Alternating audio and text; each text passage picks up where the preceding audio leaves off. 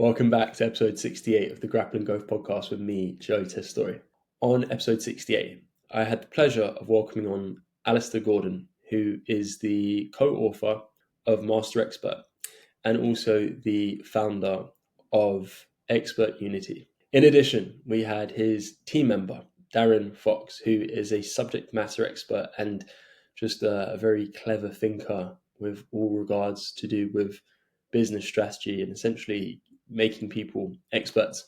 This conversation was a very, very technical one when it came down to the nature of business. We spoke about dozens of business concepts, books, recommendations such as The Innovator's Dilemma, which is now on my reading list, Blue Ocean Strategy, which is one of the most probably sought after business books of all time, and just generally looked at how they're using AI to produce a better product for their clients and what they're doing. They're looking to impact their industry. They predict that there's roughly 40 million experts globally, and they want to take a 2.5% market share of that, which equates to 1 million adoptees. So they've got really, really ambitious plans for what they want to do. If you're someone who is looking at how you can get your business to that next level and you want to hear some real technical, practical steps to do so, then this podcast is for you. And if you're someone who is looking at getting more out of your experts, then maybe buying Alistair's book, Master Expert, is going to be really helpful for you. Thank you for tuning in. Take care. As entrepreneurs, we all experience challenges in our business journey. I'm Joe Testouri, and the Grappling Growth podcast is my attempt at documenting my entrepreneurial journey while building my brands. I sit down with fellow entrepreneurs, understanding how they grapple with growth.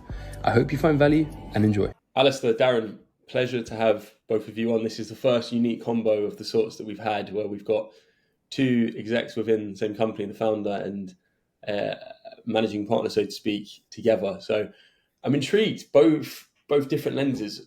What does growth look like to the both of you? I'll let you decide how you want to answer. Alistair, I'll let you go first. Well, this is probably my third or fourth business that I've grown, Joe. So I think it's meant different things in different companies, really. Often it's just about revenue in the early days, I think, in the first couple that we did. And then it was sort of growth to get to the size where the business was saleable, I guess, an exit opportunity. But this one's a little bit different. Growth is really, we're a relatively small company operating globally now, but we sort of finished our first phase, I would say, Joe, in terms of proof of concept, making sure our products and services are real and they add value and it's got real customers that care about it and what have you. And now we're looking to scale. So growth really is, we're impacting thousands of participants in our programs right now, and we want to be impacting hundreds of thousands, if not even bigger number than that. So growth is really around, for me, it's around being able to impact the impact that a lot of technical experts around the world have, like doubling their impact. So making a real difference. So that's our ambition, and that's what it means to me. And I guess keeping count will be, how many experts we've been able to help to really make a big difference in their organisations and in their lives. Do you have a North Star as to how many people you'd like to impact specifically? Well, there's 40 million technical experts in the world, we think. If we can get to the million mark, that would be awesome. And we know that we can't do that on our own. So part of our growth strategy is to obviously keep having our own clients, but really start partnering with organizations around the world like us, and who see the opportunity that we do, and can become our growth accelerators for us. And indeed feedback all sorts of ideas and suggestions that will make us a better company as well. Mm-hmm. Nice round number, 1 million. Yeah. All right. Yeah, and growth for me is it's similar. I mean, from a tactical perspective, it's around seeing the growth in the bottom line and the revenue, but also in terms of our customer base. So in terms of building like a solid sort of clientele in terms of repeat customers who are like large organizations who are working with us, but then continue sort of expanding that customer base out, but maintaining that sort of solid base. And like Alistair, to me, what really attracted me to the company in the first place is this whole idea of impact. And if we could actually help raise the awareness and the importance of expertise in the world, right? And the importance of expertise in the community and the organization in terms of solving the increasingly complex problems and opportunities that the community and the world and organizations have in front of it, and the role that expertise has on that.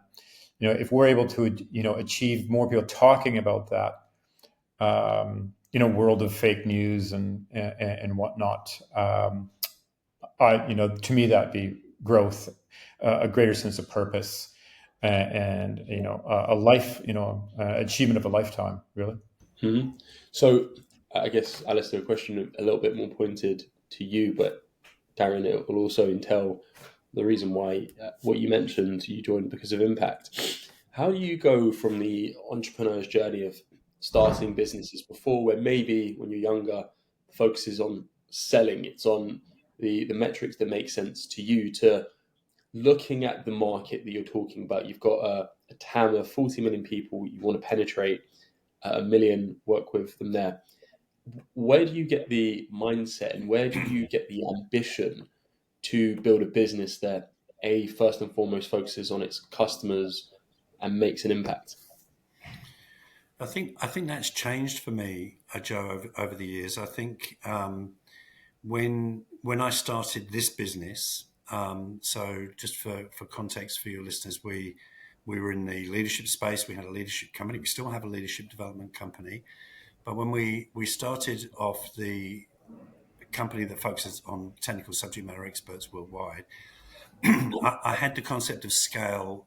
Is what we're doing scalable right from word go? Like it has to be designed at the beginning to be scalable, and the only way to be scalable in our space is that the product sells itself. Right? So you put a product or a service together that is so obviously valuable to the people who are buying it that they naturally want to buy it again and again and again. And you're not having to really force that transaction the second time and the third time. So our business is all based around getting the first pilot service into play in an organization. And once that happens, there's usually a multiplier effect inside that organization. So that's what we were looking for. And I think our experience in the running leadership programs, like there's millions of leadership development companies around the world, and they all think they're doing unique stuff, and we did as well, and we're not. So really the crucial factor was to see if we could find something that almost sold itself, because it was such an obvious solution to a problem that some people in most organizations understand. And that's been our experience now. We once we get into a client, they start advocating it to other clients. And to give you an example, we work with a national government. We started with one department in that national government, and now we have 13 departments who are our clients. And I think 11 of those came to us by referral rather than us actually having to reach out and sell to them.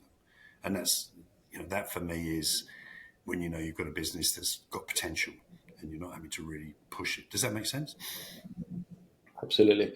So just so we can take a few steps back, and we'll have an intro at the start of this podcast introducing the two of you. Could you just give me that off-the-shelf summary? If I saw that product on the shelf, what does your product do and how does it help people most? Yeah, so in most organizations, large to medium-sized organizations around the world, maybe they have thousands of employees, and about 20% of those employees are what Darin and I call subject matter experts. So they might be in IT, in law, in engineering, in media, in growth. They could be, but they're all deep specialists, very often individual contributors rather than people leaders, and they do work that, as Darren was referencing earlier on, keeps the lights on initially, keeps the employees safe. Very often they're at the centre of innovation and what have you. So these are the people we call subject matter experts. And most large organisations ignore their development or imagine that the only development that's of interest to those people is just getting more and more technical. So all of the research that we've done over the years suggests that the technical experts that are what we call master experts are the people who have really good technical skills, but they also have very good enterprise skills. So our products like books, webinars, programs, coaching, assessments, all help those technical experts get out from their technical bubble and really make a broader and a bigger difference inside their organization. I like to describe it as, in a nutshell, simply put, we help those subject matter experts increase their influence to have the impact they want to have in their organization or in the community. And we do that by working with the experts themselves, but also helping, where we can, organizations leverage the expertise they have more effectively. And then sometimes that looks at, looking at their sometimes their systems and processes that can sometimes not consciously or purposely, but also hinder expertise in terms of how it's utilized in the organization or how it flows, and how they identify talent or how they build their talent pipelines. Right. So I was actually a client of Expertunity prior to joining. Right. So I worked for an organization where it was full of scientists and engineers and chemists and biologists. And I looked for ages trying to find something that was more specific to them, right? Because I send them to leadership courses, traditional leadership courses, and it just wouldn't land.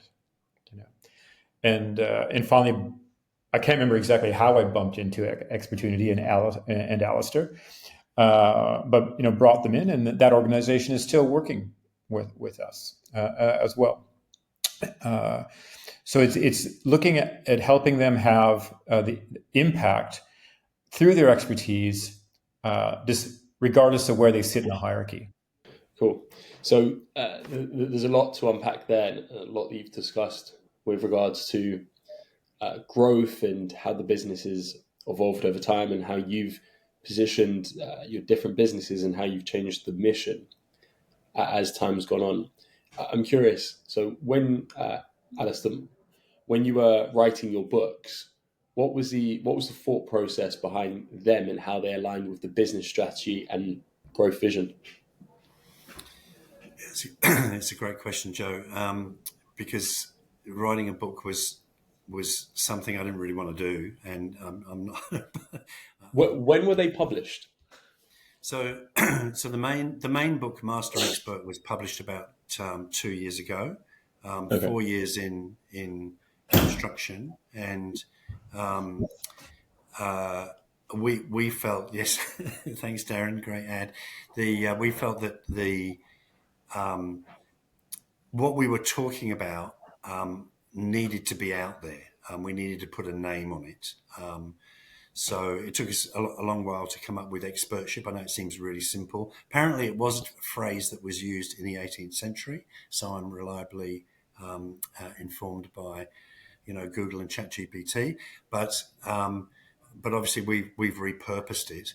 And, we were I think like most businesses that have a new idea or something that's kind of, off to the side, you need to put some markers in the sand to say, right, this thing exists, here it is.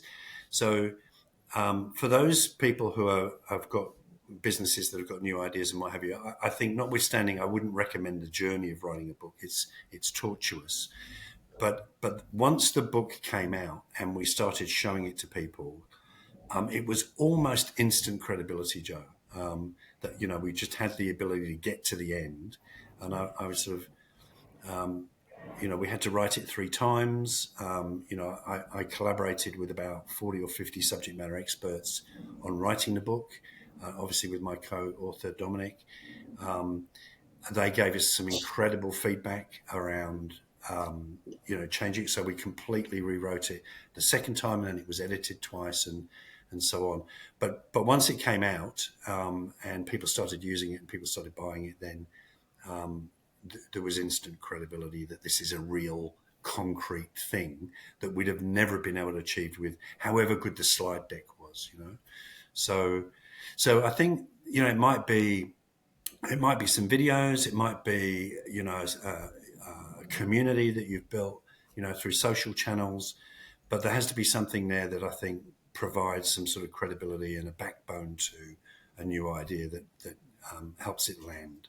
And just, it's something that I will do one day, write a book.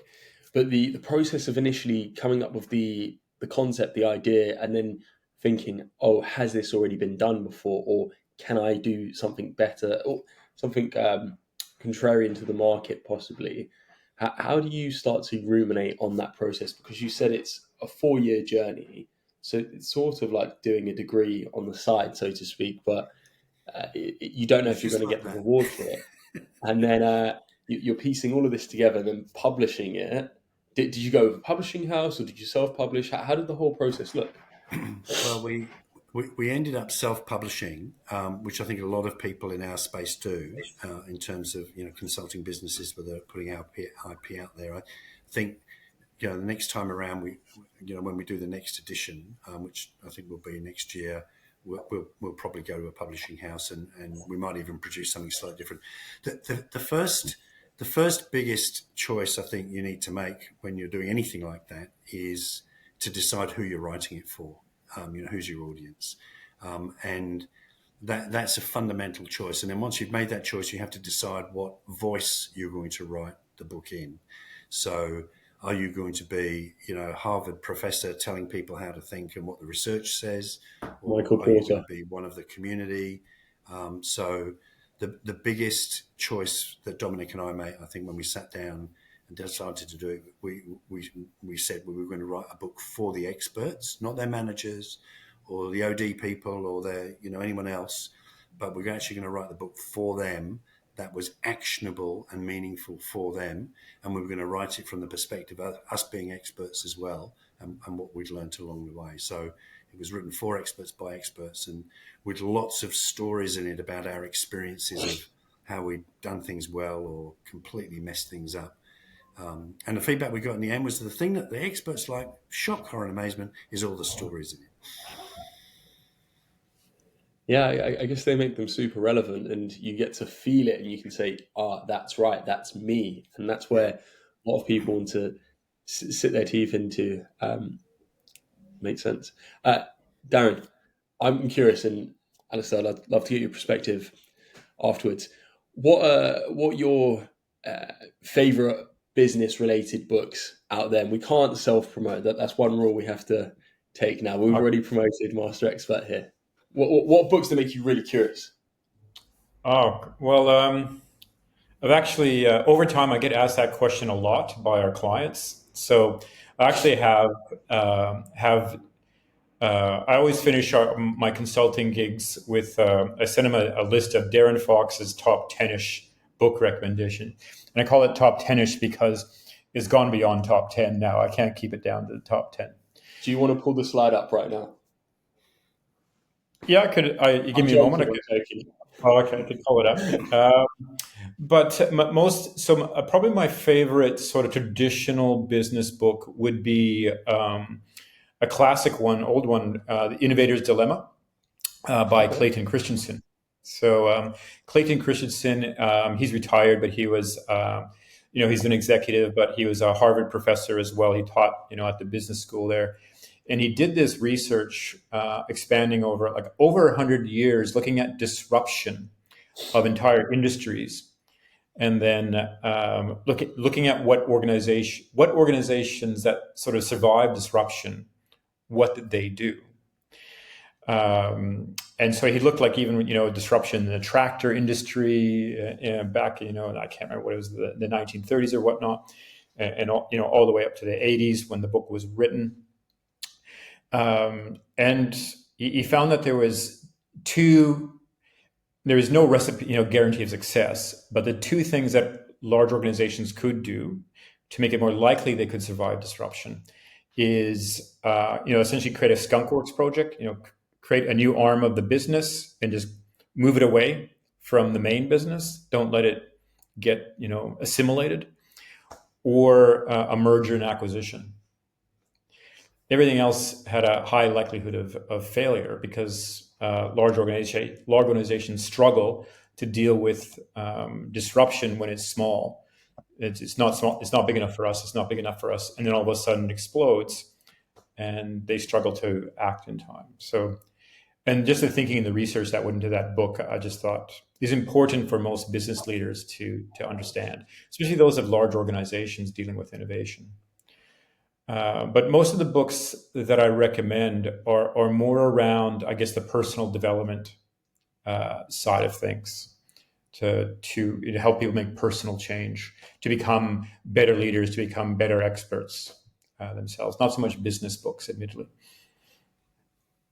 I think what you mentioned there, that I've just re-googled a stat here, which was about how many businesses leave and come into the S&P 500. So it says between 1995 to 2021, the S&P 500 saw 715 new additions and saw 711 businesses leave, which worked out to 27 changes per year. And I think that falls massively in line with the principle of innovation. If we look at the businesses that were successful in the 80s, 90s compared to today, the top 5, 10 biggest companies in all of these indexes are technology based. And we know that in 20, 30 years' time, I imagine the theme of technology is just going to be expedited. These are going to be companies that are focused on AI, machine learning, quantum. All of these concepts are going to be the forerunners. So it's really refreshing to hear, and I put that the Innovator's Dilemma on my reading list as well as Master Experts. So there. Alistair, curious, what few books that get you intrigued in the space? Yeah, so but probably the same as Darin. I sort of regularly promote books that help people build their personal skills, whether it's having courageous conversations or building their emotional intelligence or better at storytelling. These are skills that can absolutely be elevated by a bit of study and a bit of work and a bit of practice. And there's an enormous number of books in that space.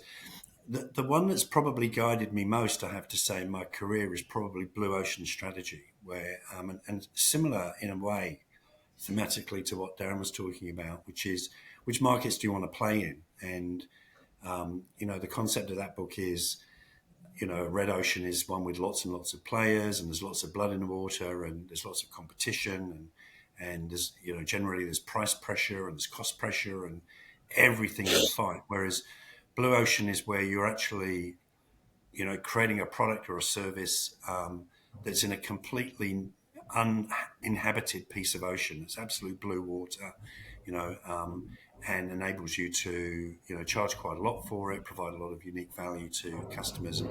And that that book sort of describes how you differentiate your product so that you can. In fact, the major when it first came out, the major example it used was Cirque du Soleil, where they created kind of a new market in between, circus and theatre and dance. They combined elements of those three things to produce a completely unique experience that people were willing to pay 3 to 4 times more.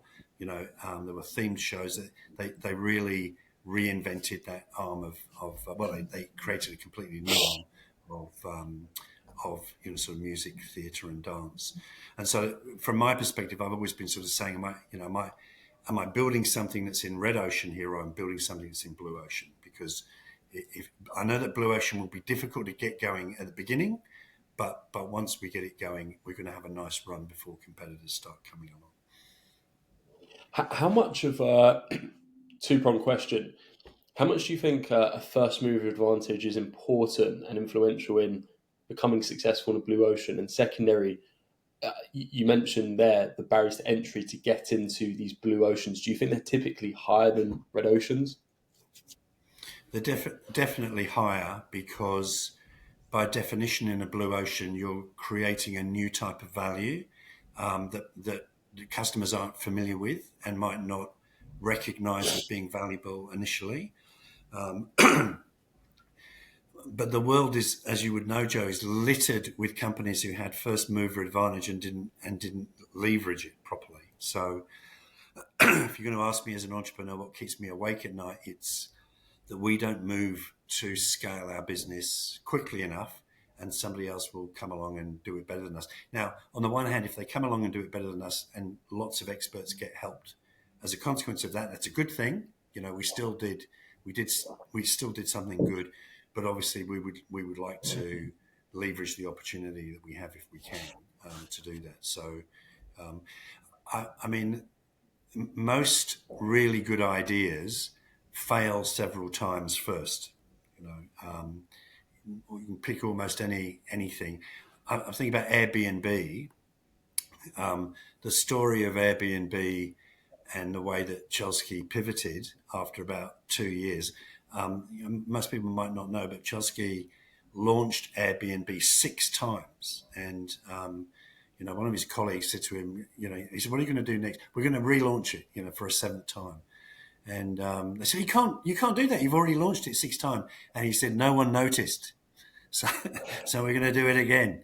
And the big pivot in that business was focusing on the hosts, not the people who are coming to stay. That was the big pivot in that business, and it transformed that business. And Airbnb is what it is today. How do you mean exactly? How do they move away from focusing on the guests to the hosts? What do they do?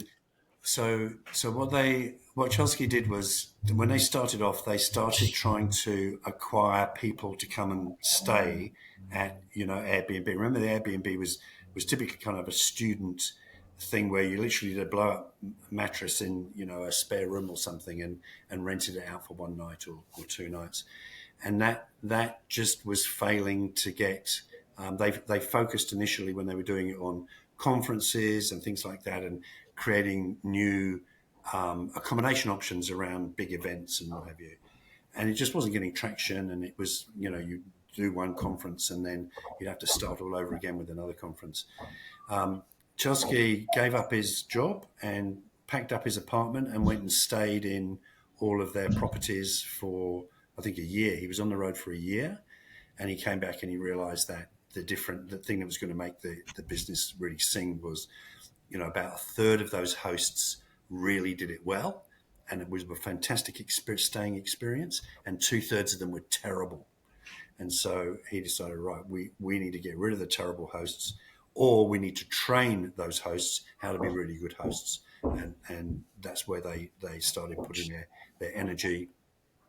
And now, as we know, if you go to a good Airbnb, they'll tell you where the local best Italian is. They'll tell you where the milk bar is. They'll tell you where the best cocktail is, where the best place to sit on the beach and overlook, for the photo, what have you. You get this whole pack from really good hosts about how to become part of your local community for the time that you're staying there. All that came from that original idea of saying it's the host that matters most, not the person who's staying there. Seems obvious now, doesn't it? But at the time, it was like a real pivot.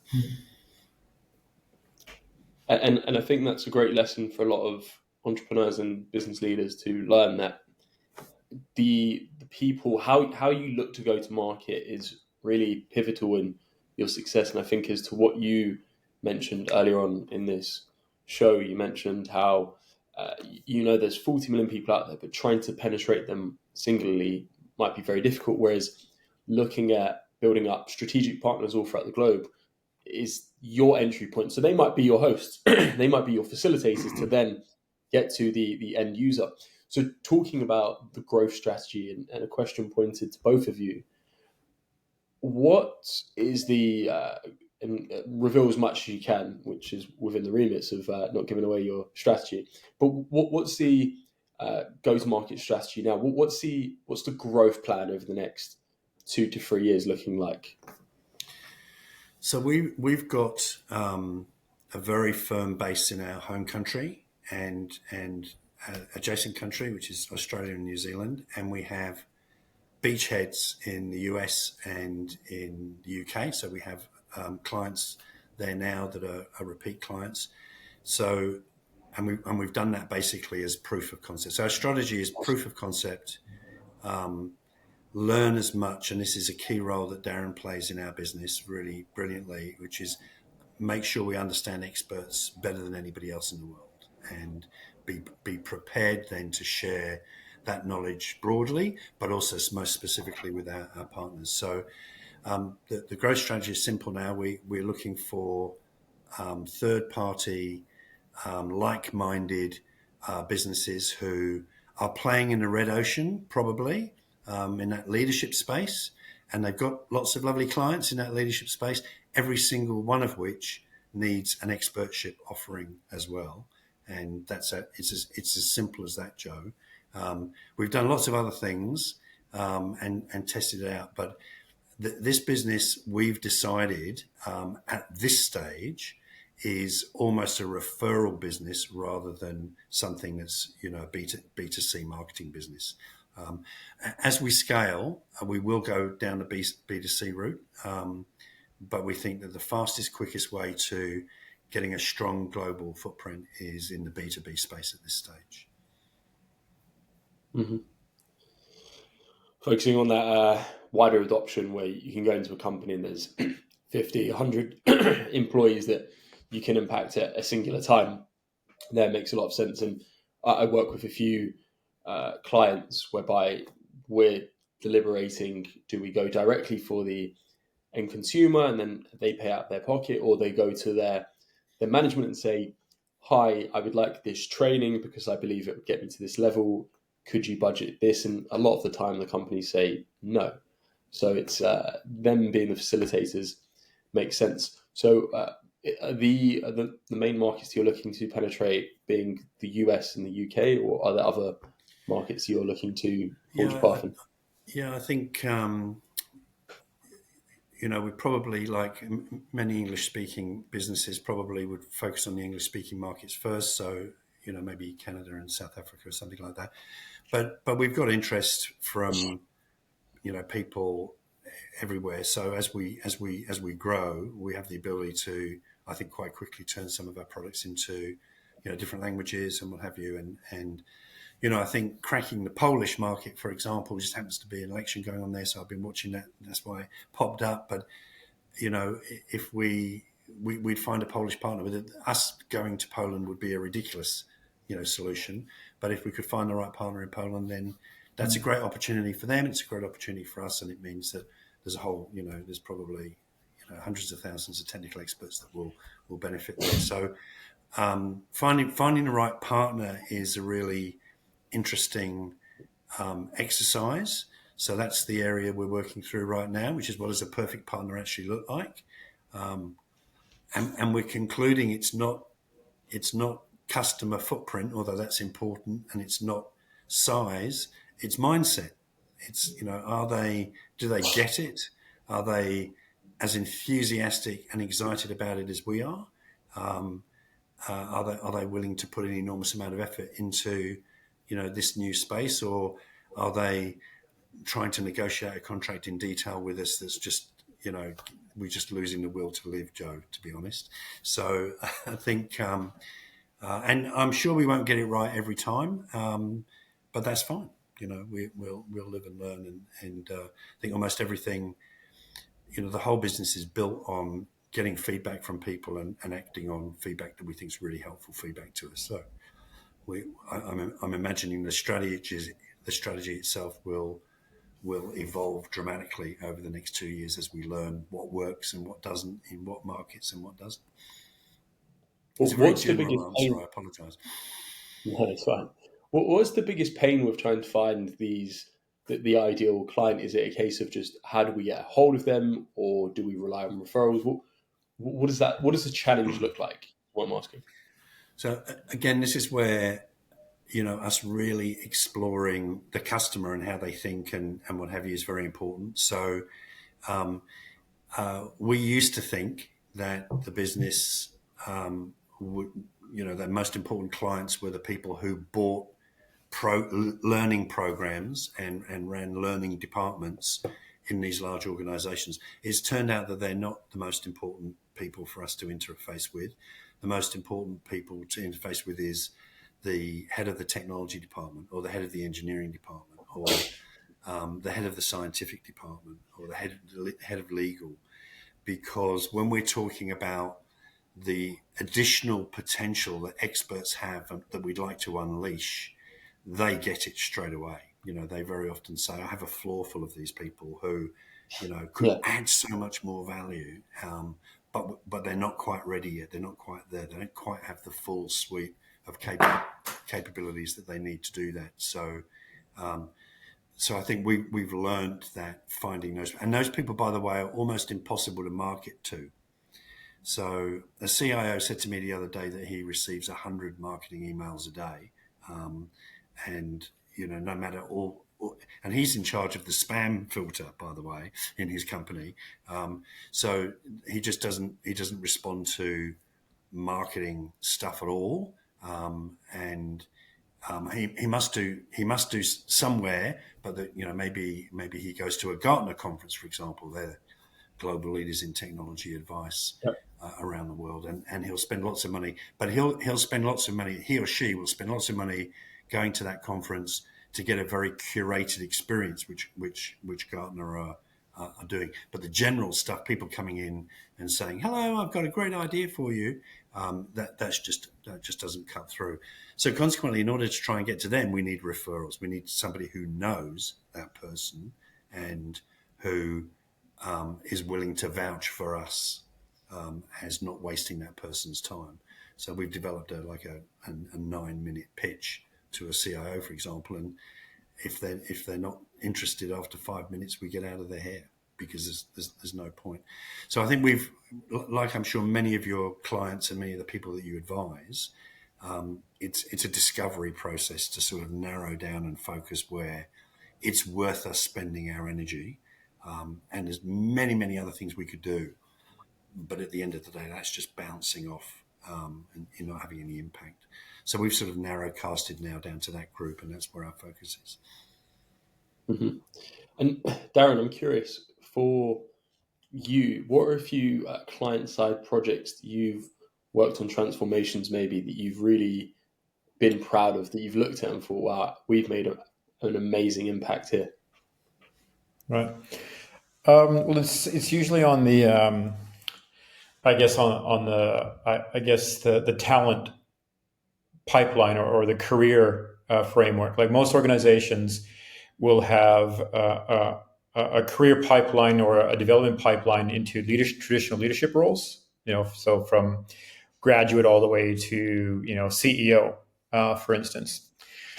But if you're a technical, deep subject matter expert who is not interested in being a people leader, or maybe shouldn't be a people leader, but just wants to get really good at being the best expert and just expanding your knowledge, most organizations put their own version of the glass ceiling on top of that, so that they get forced into this horrible decision, and it's quite horrible for a lot of them in terms of, if I want to get regular sort of meaningful increases to my income over time and to grow, do I go into people leadership even though it doesn't motivate me, or do I stay an expert and really my current income is flat for the foreseeable future? So it's around helping build those technical career pathways, adjusting remuneration policies that often are gamed for silly reasons. Like I'm not going to. They're very specific organizations. I'm not going to mention them, but we do know that there are instances where, in order for a technical person to get a pay increase, they have to go up to a job level, and so they give them one person to manage. So technically, they're a people leader now, and then they get a pay increase. I mean, how silly is that? I mean, that's a no-win situation for everybody. right? So it's not. I mean, how does that one person feel being the only person that is being managed by this one person? And so it's around really looking at expanding the framework. And there are some organizations that have done it quite well. There's a large, like a giant mining organization here in Australia that I would say has come closest to nailing it.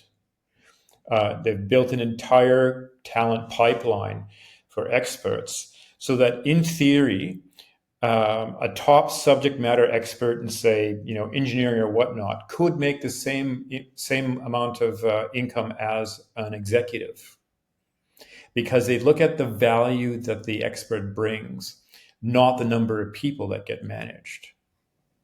So it's based around value, not bodies.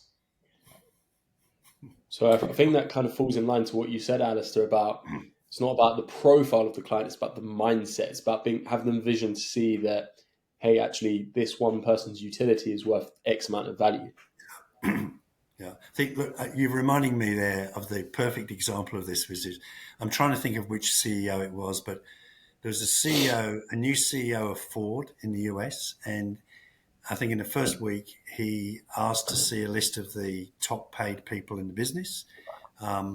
And there was this one person that he'd never heard of and wasn't on the organizational chart anymore that actually earned more than him. And he's like, who the hell is this? And it was the Grand Prix driver for the Ford Grand Prix team. And a classic example of the perfect subject matter expert. That person was really good at, driving 300 kilometers over a 2-hour period at very high speed in dangerous circumstances with other lunatic drivers as well, trying to knock off the chart. So it's that sort of ability. This is exactly what Darin is saying about getting people to think about paying for the value that's being created by somebody, not paying for how many people they're leading. And that is, it's a long journey for quite a few people in the talent industry to get used to that idea. But of course, the businesses like the business that Darin is referencing, and I'm thinking of a couple of financial regulators that we work with, they have their whole organization is dependent mostly on technical experts. And of course, they're the people who are leading the charge to say, we've got to stop thinking about this in the way that we have in the past. We've got to think about it in a different way. Because if we really want to attract and retain that top technical talent, we have to create the best environment for them to do their life's best work. That's what we need. And that's not the standard hierarchical number, how many people report to you process that, most large organizations have in place right now. I suppose that's why Daniel Levy gets paid so much. Well, I mean, I think you were mentioning that some of the top companies, in the Fortune 500 are tech.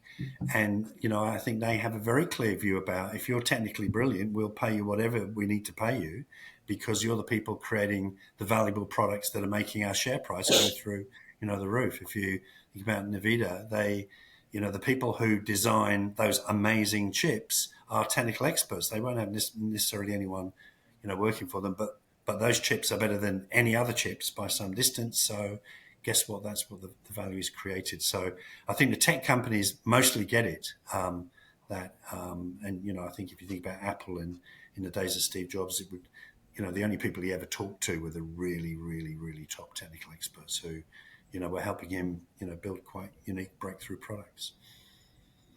So talking about technicalities and innovation, technology, how do you think, and this is kind of why we were discussing initially, but where do you think artificial intelligence is going to play a part in your business's growth strategy over the next 5 or so years? Darin. All right. So yeah, we are literally in the midst of building it, doing a proof of concept and learning how to use it in an experiment as well. I literally had an email pop up from our IT vendor saying that what we're building is now built into our website finally.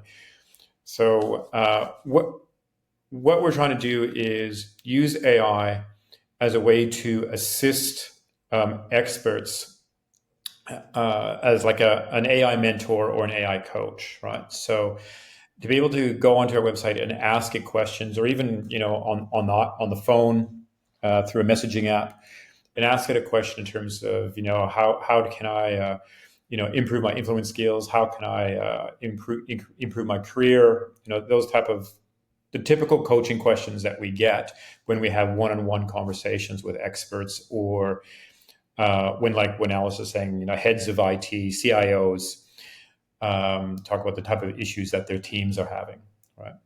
So we want a place that can support them. But to help them build the development plan and get that coaching.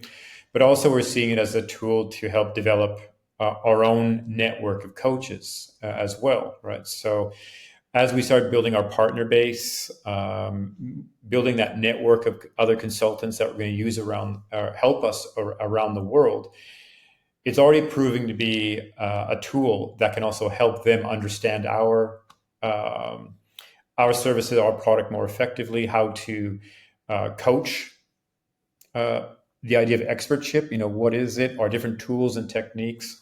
So it's going to be helping them help us expand that network quicker and more effectively as well. And turning it into tools as well. So, for instance, we have a self-assessment, but then connecting that self-assessment with AI so that they can get an analysis and insight of their data with recommendations in terms of what they could potentially do based on how people have self-assessed themselves, right? And so I think we're just really scratching the surface, really. We're experimenting, we're playing. I think we're pretty much 3/4 there in terms of teaching it. Everything that we know about experts, which has proven to be a bit more complicated than we anticipated. We working with a vendor who sort of promised, all you got to do is simply copy some PDFs and link up your web pages to it, and it'll work. And no, we started getting some weird answers in our testing, right? So we've learned from that. We've improved the process, and I think we're 3/4 there. Yeah, we actually implemented an AI coach into one of our clients' businesses, and essentially we just, not to use a football analogy, we just think of it as like a central midfielder that can do every single function. But as you said, it's a case of training that piece of software to get it. And just the conventional school of thought is, okay, copy and paste your website URL, download 60-page FAQ guide of all of these. It might even be the case of getting some of your books and the literature from there and just copying in so I understand your tonality, and then you pull in some IP from the business and voila, that's it. But as we know with just ChatGPT as it is, that it's a relationship.